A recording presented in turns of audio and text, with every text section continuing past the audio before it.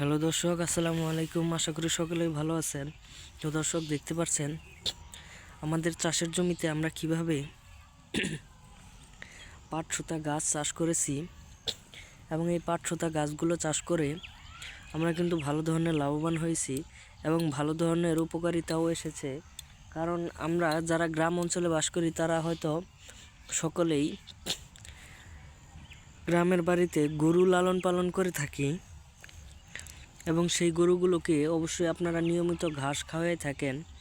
সেই ঘাসগুলো যদি আপনাদের বাড়ির আশেপাশে না থাকে, কিংবা আপনারা অনেক দূর দূরান্ত থেকে কেটে আনতে হয়, এবং সেই ঘাসগুলো আপনারা কিভাবে আপনাদের গরুকে খাওয়াবেন।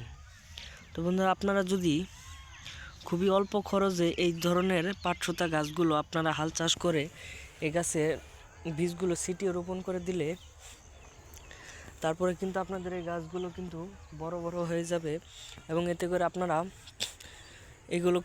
এগুলো আপনারা কেটে নিয়ে আপনাদের গরুকে খাওয়াতে পারবেন, এবং আপনাদের গরু প্রচুর পরিমাণের ভিটামিন হবে, এবং আপনাদের গাছগুলো খুবই দ্রুত বড় হয়ে যাবে, এবং আপনাদের গরুকে খিলিয়ে আপনারা ভালো ধরনের টাকা ইনকাম করতে পারবেন এইগুলো বিক্রি করার পরে।